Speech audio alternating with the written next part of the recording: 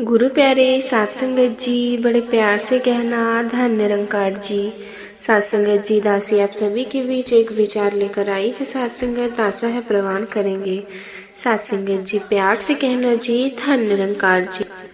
सात संगत जी, पंजाब के एक छोटे से गांव धनपुर में शकुंतला नाम की एक वृद्ध माँ रहती थी। उम्र ने उनके शरीर को झुका दिया था, पर दिल में अब भी असीम प्यार और दया भरी थी। सात संगत, वो बचपन से ही सत्संग जाती थी, संतों के वचनों को सुनकर जीवन जीती थी और सभी को यही समझाती थी कि बेटा निरंकार सबका है, सब में है, बस प्रेम बांटते चलो। घर में उनका इकलौता बेटा राजन था। सात संगत, पढ़ा लिखा, पर शहर की भागदौड़ में फंसकर वो माँ से दूर होता गया।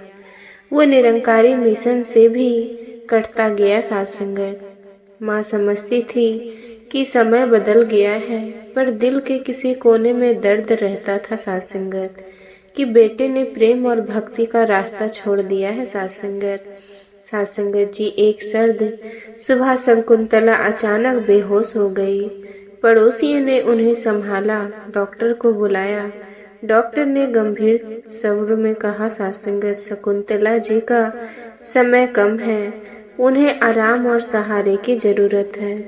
सुनते ही सभी की आंखें भर आई, पर माँ के होंठ मुस्कुराए। सात संगत जी, भाई, जब निरंकार की इच्छा है तो अपनापन भी उसी का, जाना भी उसी की ओर है। सात संगत, लेकिन भीतर सात संगत जी एक ही बात उन्हें खाई जा रही थी।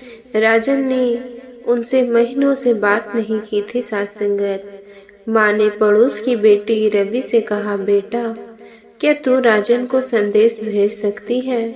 बस उससे कहना माँ याद कर रही है, बाकी वो खुद समझ जाएगा। सात संगत जी, उसने संदेश भेजा, पर शहर में व्यस्त राजन ने जवाब नहीं दिया। सात संगत, माँ समझ गई, पर बोली नहीं। बस सात संगत जी खिड़की से बाहर देखते हुए बुदबुदाई। सात संगत, निरंकार, बस एक बार उसे भेज देना, एक बार। सात संगत, उस रात गांव में सत्संग था। माँ को उठना मुश्किल था, पर उन्होंने कहा, मुझे जाकर आखिरी बार नजारा देख लेने दो। सात संगत, मेरे प्राण वहीं टिके हैं। लोग उन्हें सहारा देकर सत्संग भवन तक ले गए। सात संगत, भजन चल रहा था, मेरे मालिक तेरा शुक्राना। माँ की आंखें भीग गई, वो शांत होकर वहीं बैठ गई, मानो आत्मा को वही सुकून मिल रहा हो जिसकी उन्हें तलाश थी। सात संगत, उसी समय राजन का संदेश आया, मैं कल सुबह आ रहा हूँ, माँ को कहना मैं बहुत याद कर रहा हूँ। सब खुश हुए, पर किसी ने ये खबर माँ को नहीं बताई। वो चाहते थे सुबह उन्हें खुशखबरी दे।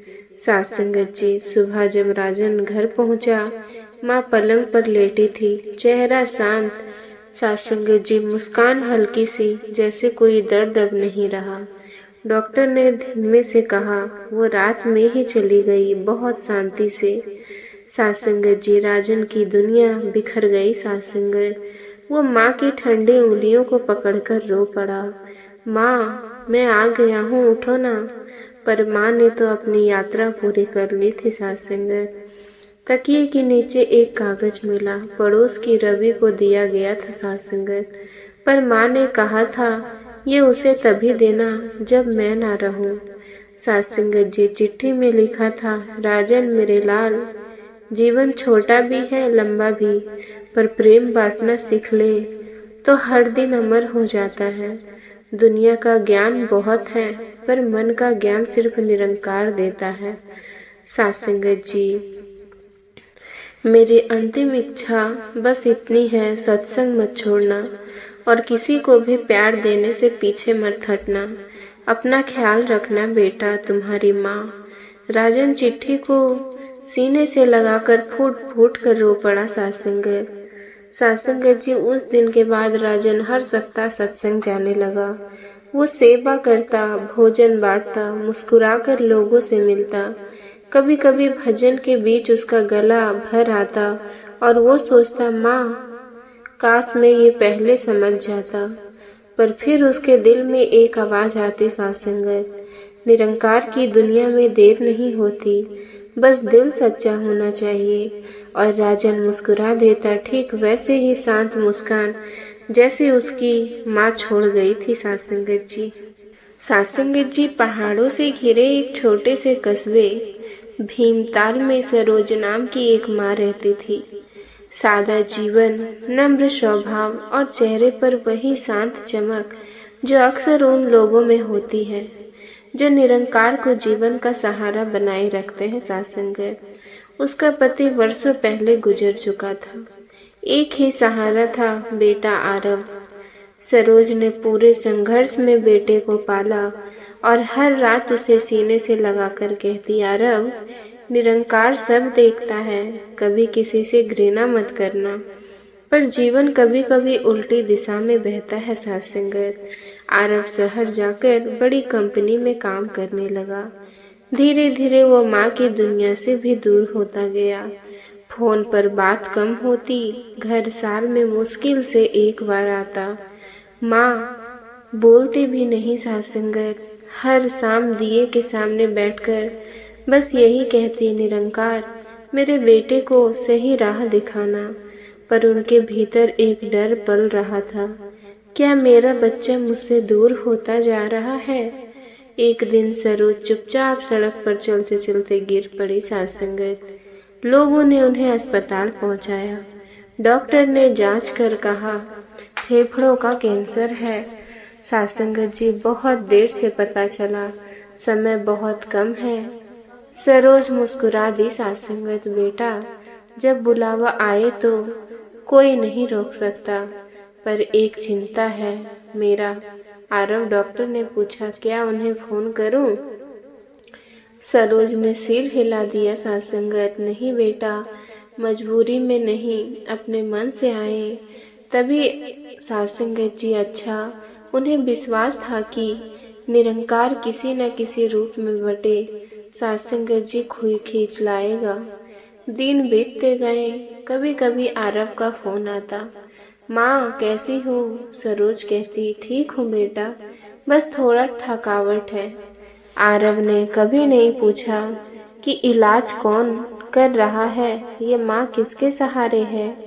माँ भी नहीं बोली। सासंगत, वो उसकी आवाज सुनकर ही संतुष्ट हो जाती, पर उसके जाने के बाद कमरे में अकेली रोती। सासंगत, आंखें में एक ही दर्द था, आखिरी समय भी बेटा मेरे साथ नहीं है। सासंगत जी, एक शाम सत्संग से लौटते बुजुर्ग दादी ने सरोज का हाथ पकड़ा। बहन जी, कहीं आपको कुछ चाहिए? सरोज की आंखें भर आई, धीरे से बोली, मेरी एक अंतिम इच्छा है। मैं चाहती हूँ कि मेरे जाने पर मेरा बेटा कम से कम मेरी मिट्टी को कंधा दे दे, चाहे जीवन में कुछ भी ना किया हो। सासंगत, बस मेरा अंतिम संस्कार वो कर दे, इसी से मेरी आत्मा को शांति मिलेगी। सासंगत जी, दादी ने सिर झुकाकर कहा, निरंकार सब कर देगा बहन, आपको चिंता ना करे। सासंगत, लेकिन भीतर से सरोज जानती थी, आरव सासंगत जी शायद ना आए। उस रात सरोज बहुत कमजोर थी, सांसें टूट रही थी। लोगों ने आरव को फोन दिया, सासंगत, जल्दी आ जाओ, आपकी माँ की हालत बहुत गंभीर है। आरव ने कहा, मैं ट्रैफिक में हूँ, 2 घंटे लगेगा। सरोज बेहोशी में जा रही थी, पर आंखें बार बार दरवाजे की ओर उठ रही थी, मानो कह रही हो, बस एक बार। सासंगत, आधी रात को सरोज ने दादी का हाथ पकड़ा और सासंगत जी, मेरा आरव आया। दादी ने झूठी हिम्मत दी, रास्ते में है बहन, आते ही आपको जगाऊंगी। सरोज ने हल्की मुस्कान दी और उसी मुस्कुराहट के साथ उनकी सांसें रुक गई। सासंगत, कमरा शांत हो गया, जैसे कोई दीपक हवा ने नहीं, सासंगत, अपनी मर्जी से बुझ गया हो। करीब सासंगत जी 2:45 बजे आरव घर पहुंचा। घर में सन्नाटा था। सफेद चादर से ढकी माँ को देखकर उसके कदम रुक गए। दादी ने धीमे स्वर में कहा, बेटा, वो आपका इंतजार करते करते चली गई। आरव जमीन पर बैठ गया। फूट फूट कर रो पड़ा सासंगत। माँ, मैं आ गया हूँ, मुझसे एक बार बात करो। लेकिन अब कोई आवाज नहीं थी सासंगत। सिर्फ दीवारों में गूंजती माँ की वो पुरानी सीख, निरंकार सबको माफ करना सिखाता है सासंगत। अगली सुबह दादी ने आरव को एक कागज दिया। यही आपकी माँ की अंतिम इच्छा थी, यही चिट्ठी आपके लिए छोड़ी है सासंगत। आरव कांपते हाथों से चिट्ठी खोली सासंगत। बेटा आरव, कभी किसी से रूठना नहीं। अगर तुम मेरे पास ना भी आ सके, मैं तुझे माफ कर चुकी हूँ। मेरा अंतिम इच्छा सिर्फ यही है, मेरा अंतिम संस्कार तू ही करना। सासंगत जी, यही मेरा आशीर्वाद है। तुम्हारी माँ सरोज। आरव की रूह कांप गई सासंगत। वो माँ की चिंता को कंधा देते समय भी रो रहा था और कह रहा था, माँ मुझे माफ कर दो, देर कर दी मैंने।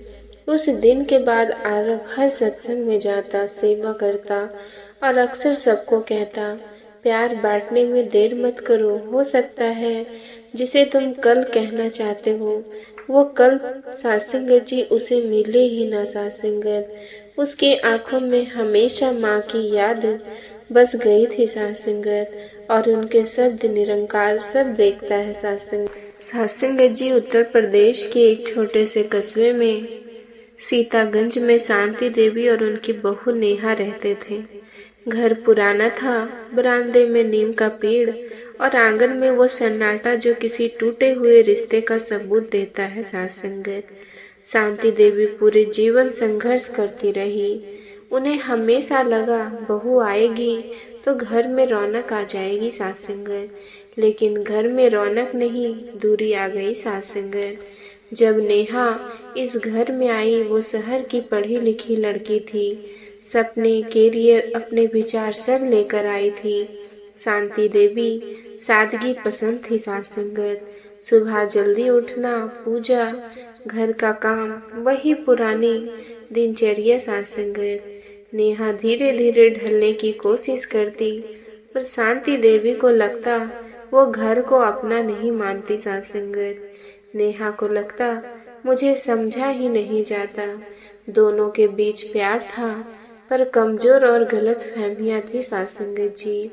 मजबूत सासंगत जी, एक दिन नेहा के मायके में उसकी माँ की तबीयत बिगड़ गई सासंगत। नेहा तुरंत जाना चाहती थी, पर शांति देवी ने कहा, बेटी आज घर में तेरे ससुर जी की बरसी है, कम से कम ये काम पूरा कर ले फिर चली जाना। नेहा रोते हुए बोली, माँ जी मेरी मम्मी बहुत बीमार है, मैं बाद में सब कर दूंगी। शांति देवी की अनजानी कड़वाहट निकल गई सासंगत। सब अपने ही पहले, कभी इस घर को अपना माना ही नहीं तूने। नेहा टूट गई, फटाफट कपड़े समेटकर मायके चली गई सासंगत। उसी शाम फोन आया, नेहा की माँ गुजर गई सासंगत। नेहा फूट फूट कर रो पड़ी, पर दिल में एक और दर्द था। आखिरी बार माँ से मिलने में देर हो गई और वजह मेरी सास थी सासंगत। नेहा कई दिनों तक मायके में रही। शांति देवी भी सासंगत जी अपराध बोध में जल रही थी। मैंने उसे रोककर क्या कर दिया?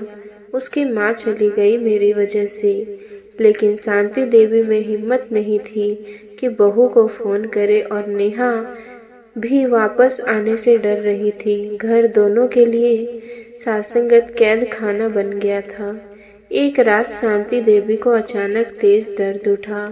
पड़ोसी उन्हें अस्पताल लेकर गए। डॉक्टर ने कहा दिल की बीमारी पुरानी है, तनाव ने इसे और बढ़ा दिया है सासंगत।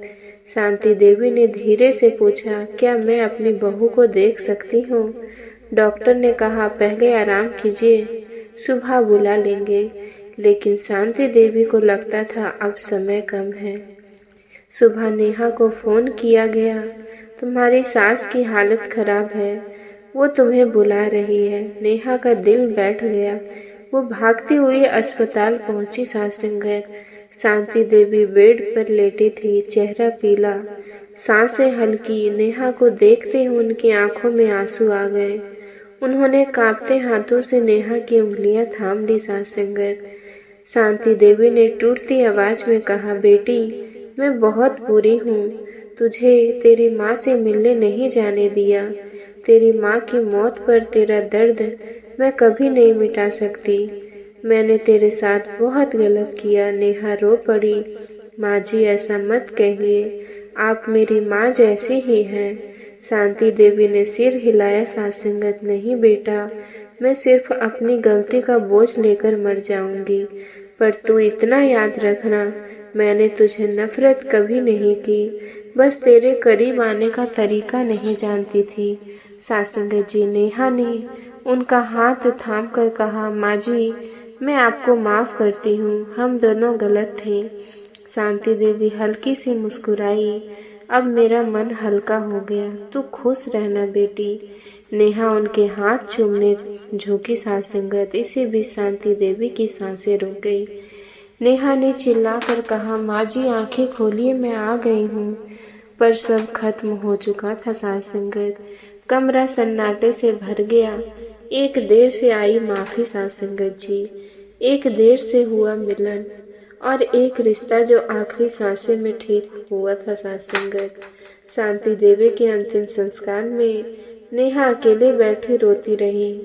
वो बार बार कह रही थी, काश माँ जी हम थोड़ा पहले एक दूसरे को समझ लेते। गांव की औरतें उसके पास आई, बहू अब तो तुम्हारा रिश्ता और पवित्र हो गया, उनकी आत्मा ने तुझे माफ कर दिया है। लेकिन नेहा जानती थी सास संगत, कुछ दर्द ऐसे हैं जो जिंदगी भर चुपचाप साथ चलते हैं। सास संगत आंगन का नीम का पेड़ अब भी हवा में झूमता था। सास संगत पर उस घर में सास बहू की आखिरी बातचीत। सास संगत जी प्यार से कहना, धन निरंकार जी। सास संगत जी आप जी को ये विचार पसंद आया हो तो चैनल को सब्सक्राइब जरूर कीजिएगा। सास संगत जी प्यार से कहना जी, धन निरंकार जी।